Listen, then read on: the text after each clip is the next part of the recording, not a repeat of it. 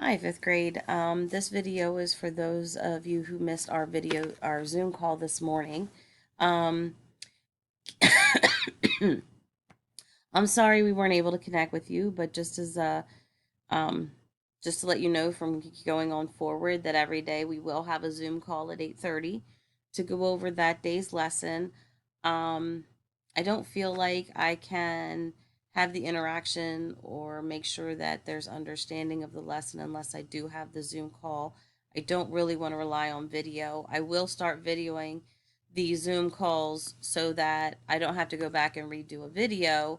But I would really like everyone to make every effort to be on the 8:30 video calls. Today, we did have Allison, Michael and Alex and Davita on the call for a while. Um, and we went over lesson 62, which is on page 119 in your English book. Um, and I'll just hold up um, this and kind of show you. We read over the blue sections, and basically, we were talking about the sections of the library that we would, if we were to go into Claymont Library or Newcastle County Library, what we would find. And I asked if anybody had been in a library, and all of them had been, but not for a while. And with our technology age, we rely less and less on the library, but it is still a very cool place to go. um, all the resources there are free. You can even rent movies from there. You can have internet connection and use their computers.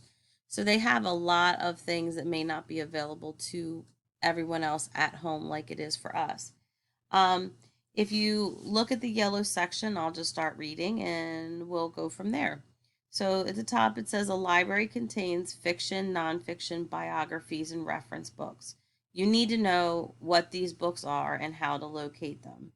So the first book that it noted was a nonfiction book, and if we were in my classroom, you know that I have history books all over on all my shelves, and those would be considered nonfiction books. They are um, grouped according to subject, and if you look at that blue box, it says nonfiction books provide information about real people, places, or things, and they are arranged by subject, and they have a call number that helps you find the book on the library shelves.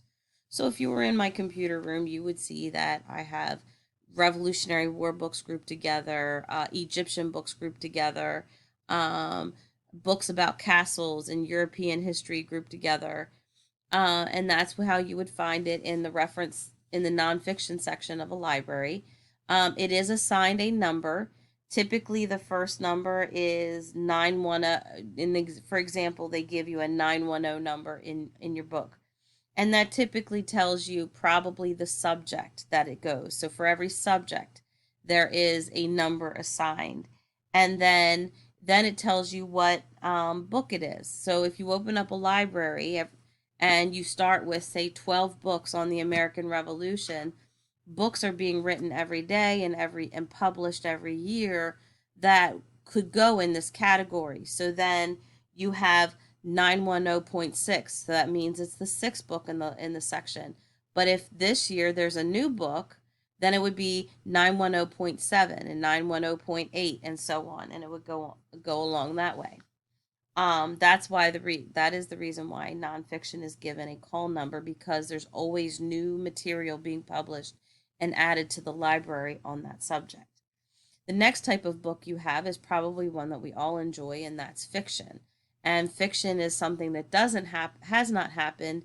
Not to say that it can't use a fictional or a nonfiction event, like a story about that was written during the time of the Revolutionary War, but these people didn't actually exist. This event didn't actually happen, but it could have. Um, so it's fiction. And you can find, it says here that fictional books are make believe stories. So they challenge our imaginations, they make us, dream. And they are usually arranged in alphabetical order by the author's last name. They do not have a call number, and that's very true. You can see this when you go to Barnes and Noble. You go to the particular section you want to check, and then you can find your book based on the last name of your author. Um, we during our class today, we discussed what kind of books we really like. Michael likes mysteries. Alex likes comics. Davita was reading a spiritual devotional.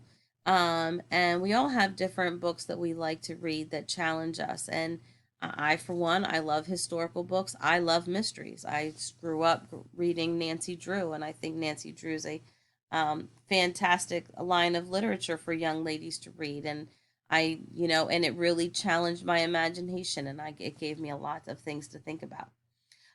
The next type of book we have is called a reference book.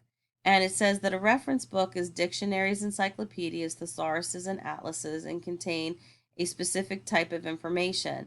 And they are arranged by volume in the reference section of the library. And during our class, we talked about the fact that when I was growing up, I didn't have a computer. I didn't have a computer till I was married.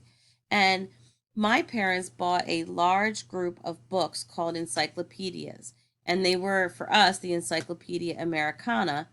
And, you usually got your set of 26 books because they based on subjects in alphabetical order. So the first set of encyclopedias contained all the subjects from A to Z. And then every year after that, if there was new information on any particular subject, it was put in a yearbook. And so then you would get, the 1980 yearbook and 1981 yearbook, and you could go and you could see what new information was found there. If you remember from our previous lesson, we talked about indexes, and an index is a quick reference that allows you to say, okay, I'm looking for specifically for information on George Washington. Does this book have information I could look up about George Washington? So I flipped to the index, I looked for George Washington's name, and then there's a list of pages where George Washington's name is actually mentioned in the book. And then I can go to each one of those pages and decide if that has information I can use. Same thing with the reference section and these encyclopedias. You could go to this index, you could find exactly where your topic was or your subject that you wanted information on, and you can go there.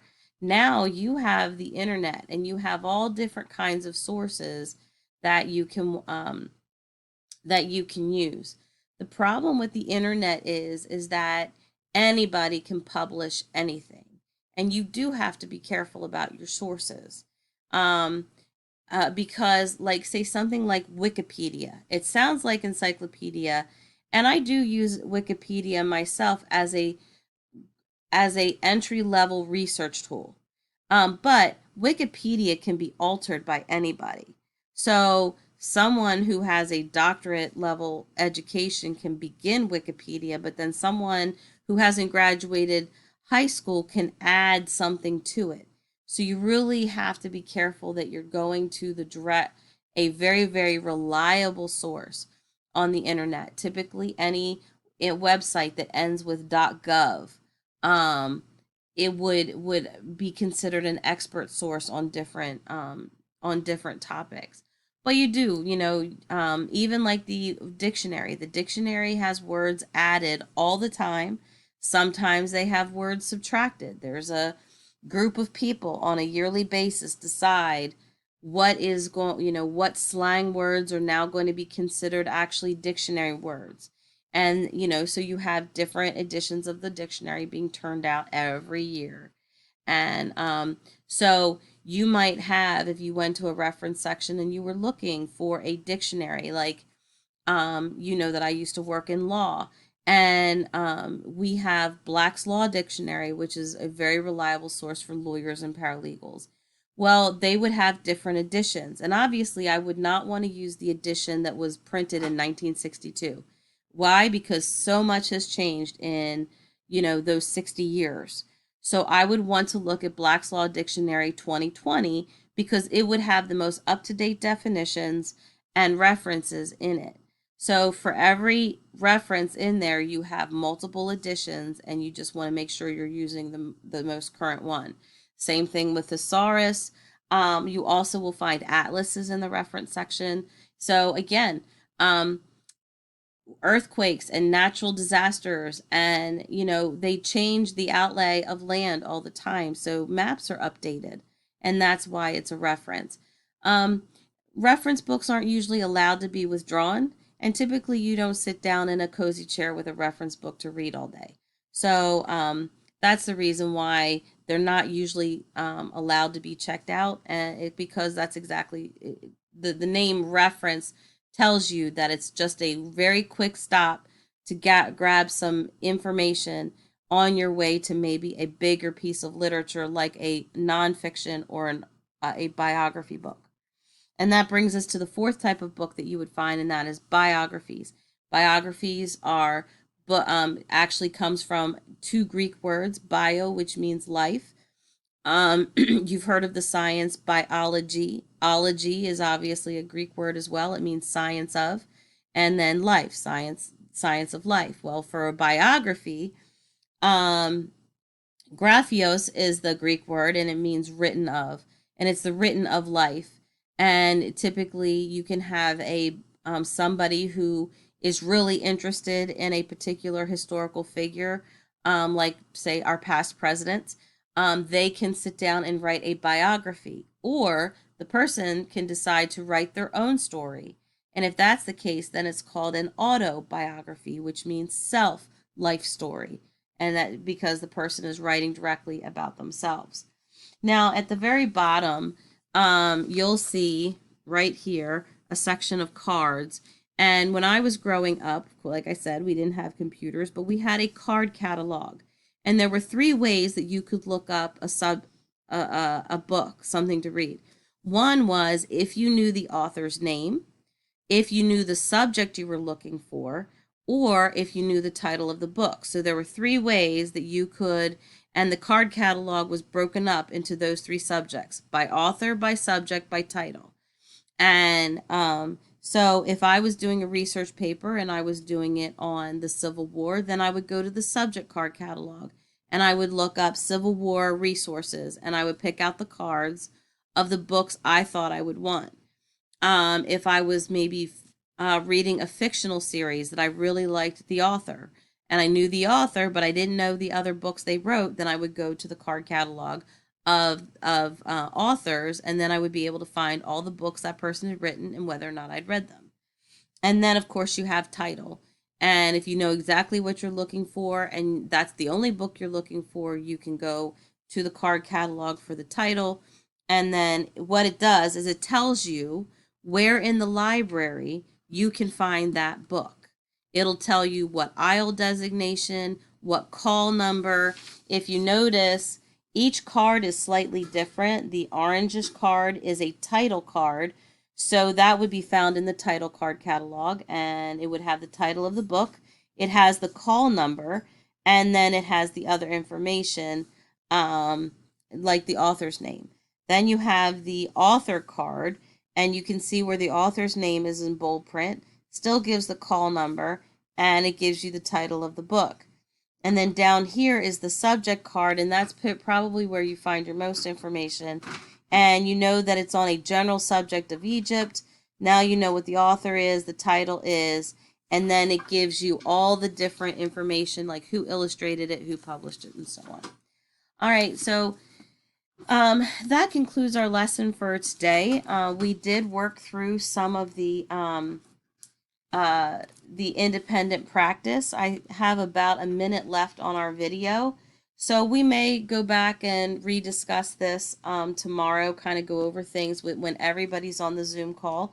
I'm now going to post just a brief exercise that kind of goes over the same thing you would find in the independent practice, but it'll be a Google Doc. If you have any questions, please let me know, and I hope to see you all tomorrow.